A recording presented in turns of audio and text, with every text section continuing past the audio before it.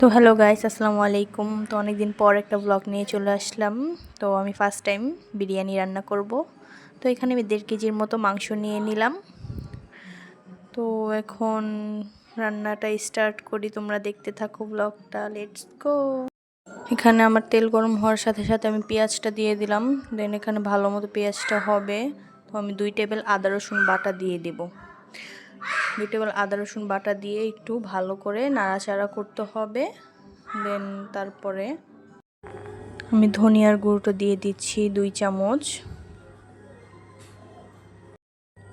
তো একটু নাড়াচাড়া করলাম। তারপর আমি দিয়ে দিচ্ছি মরিচের গুঁড়ো 3 চামচের মতো। 1 2 3। তো এটা দিয়ে জানি নিচের মশলাটা জানি না লেগে যায়, তার জন্য আমি বারবার নাড়াচাড়া করছি। 3 চামচ মরিচের গুঁড়ো। তো এখানে আমি টক দইটা অ্যাড করছি 4 চামচের মতো। 1 2 3 4 চামচের মতো আমি এখানে টক দই দিয়ে দিলাম। টক দই দিয়ে আমি একটু নাড়াচাড়া করি। দেন আমি অ্যাড করছি গোলাপ জল। এটা দিলে তো একটা ঘ্রাণ আসে, ফ্লেভার আসে। তো এই কেওড়া জল আর গোলাপ জল একই, এটা দিতে পারেন আপনারা। তো এখানে আমি লবণ অ্যাড করছি। তো এখানে আমি 3-4 চামচের মতো লবণ দিয়ে দিলাম। তো আপনাদের স্বাদ মতো আপনারা লবণ দিতে পারেন। তো এখানে লবণ দিয়ে ভালো করে মশলাটা ভালো করে হয়ে আসবে, ভাজা ভাজা হবে। তো আমি বিরিয়ানির মশলাটা দিতে ভুলেই গেছি। দেন এখন আমি বিরিয়ানির মশলাটা দিয়ে দিতেছি। তো এটা দিয়ে ভালো করে আপনারা নাড়াচাড়া করে দেন তারপরে আমি আবার কাঁচামরিচ দিয়ে দিলাম। আপনাদের ঝাল অনুযায়ী কাঁচামরিচ দিবেন।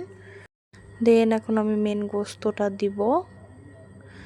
তো এখানে 1.5 কেজির মতো গোস্ত আছে। এটা আমি এখন ধুয়ে পরিষ্কার করে রেখে দিয়েছিলাম, পানিটা ঝরাচ্ছিল। তারপরে দেন এখন আমি কড়াইতে এটা ঢেলে দিলাম। মানে এটাকে ভালো মতো মশলাটা জানি মিক্সার হয়, এটা ভালো মতো নাড়াচাড়া আপনাদের করতে হবে। তো এখন পোলাওর চাল আমি নিয়ে নিয়েছি 1.5 কেজির মতো, গোস্ত 1.5 কেজির মতো। তো আমি এখন পোলাওর চালটা ভালো করে ধুয়ে এখন আমি মাংসটা আর কি ঢেকে রেখেছিলাম। তো এটা জানি সিদ্ধ হয় ভালো করে। দেন এখন আমি উঠিয়ে এটা নাড়াচাড়া করব।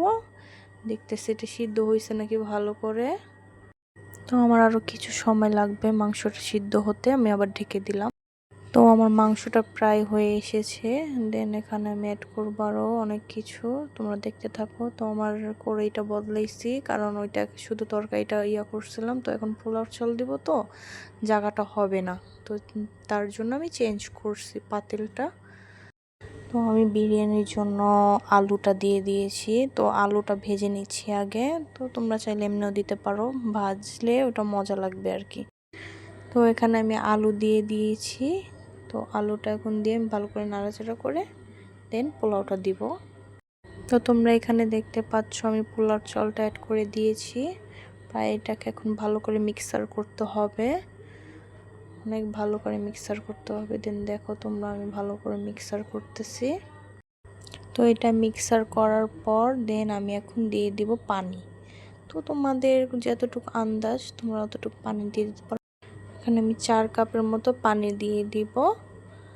তো পানিটা দেওয়া হয়ে গেলে এটা আবার ভালো করে নাড়াচাড়া করতে হবে।